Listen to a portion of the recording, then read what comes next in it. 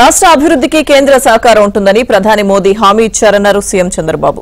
పోలవరం నిధులు విడుదల చేయడంపై కేంద్రానికి ధన్యవాదాలు తెలిపారు. ఏపీలో పెండింగ్ లో ఉన్న జాతీయ రహదారులు, రైల్వే జోన్పై కేంద్రం సానుకూలంగా స్పందించింది అన్నారు. ఇక 2027లో బుల్లెట్ రైల్ పనులు ప్రారంభమయ్యే అవకాశం ఉందని చంద్రబాబు పేర్కొన్నారు.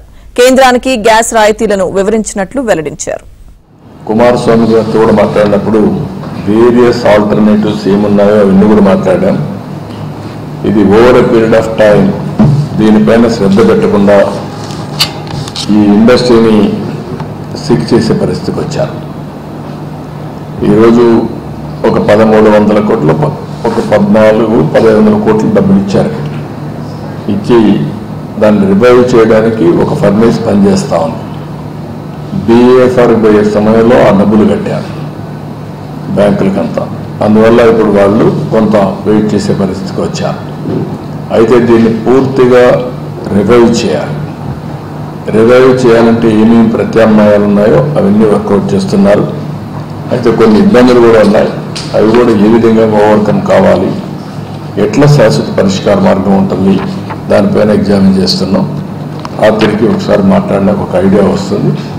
ఆ తర్వాత వేరియస్ ఆప్షన్స్ ఏవైతే ఉన్నాయో ఆల్టర్నేటివ్స్ ఆప్షన్స్ అన్ని ఎక్స్ప్లోర్ చేస్తాం. ఎక్స్ప్లోర్ చేసి మొత్తం ప్రజల తెలుగు జాతి ఆత్మగౌరవం కోసం పోరాడి ఇది ఒక మనోభావాలకు సంబంధించిన విషయం.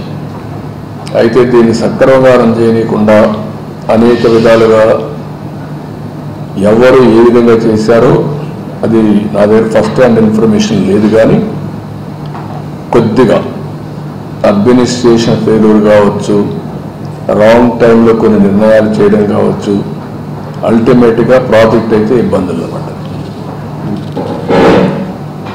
ఇది ఏ విధంగా రివైవ్ చేసుకోవాలి, ఏ విధంగా కాపాడాలి, మళ్ళీ ఏ విధంగా దీన్ని ట్రాక్లో పెట్టాలి, ఏ విధంగా చేస్తే ఇది ముందుకు వెళ్తుంది అనే విషయాలపైన సీరియస్గా ఆలోచిస్తున్నాం. హర్దీప్ సింగ్ దగ్గరికి వెళ్ళాం.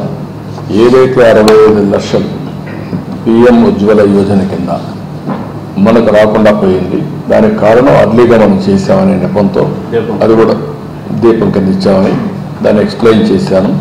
అతను కూడా వాళ్ళ సెక్రటరీ కూడా జనరల్ సార్ మీకు ఇవ్వాల్సిన అవసరం ఉంది, మేము బ్రీఫ్ చేస్తున్నాం, మాకు ఆ మనీ వస్తారని మేము చేస్తామన్నారు. అది ఎందుకంటే మళ్ళీ మేము కూడా రేపు దీపావళి నుంచి 3 సిలిండర్లు గ్యాస్ ఇస్తానని చెప్పి ఒప్పుకున్నాం. అది కూడా వర్కౌట్ చేస్తున్నాం. దీన్ని కూడా ఫైనలైజ్ చేయమన్నాం. రెండోది BPCL రిఫైనరీ, ఇది కూడా వర్కౌట్ చేస్తున్నాం. అది కూడా కానీ కంప్లీట్ అయితే వర్క్ స్టార్ట్ అవుతుంది. 3 ప్లేసెస్ వాళ్ళు చూస్తున్నారు. వాళ్ళు రేపు రిపోర్ట్ ఇస్తారు నాకు. 1 రామాయణపట్నం, 2 మచిలీపట్నం, 3 మూలపాడు.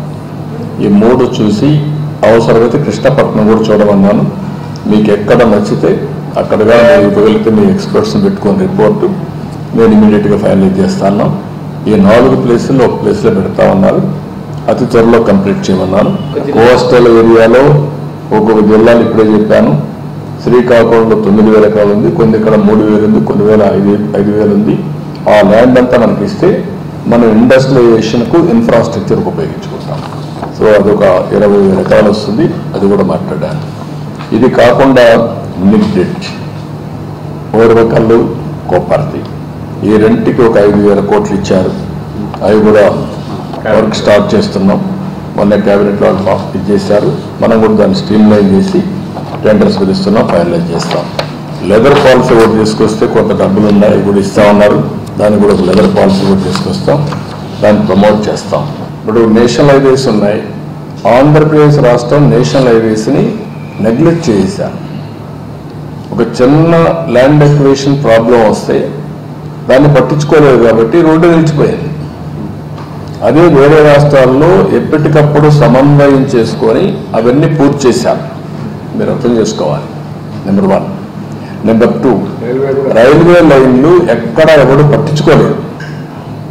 ఫ్లైఓవర్స్ కావచ్చు, అండర్ పాస్లు కావచ్చు, లేకపోతే రైల్వే స్టేషన్స్ కావచ్చు, ఏది కూడా పట్టించుకోలేదు.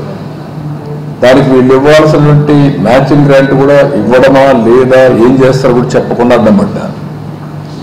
దాంతో అక్కడ ఆగిపోయింది. ఇప్పుడు ఏ డిపార్ట్మెంట్ చూసినా పెండింగ్ ఇష్యూస్ అయిపోయాయి. నేను చెప్పాను జల్ జీవన్ మిషన్ లో అందరూ ఉపయోగించుకున్నా మనం ఉపయోగించుకోలేదు. We are in the last.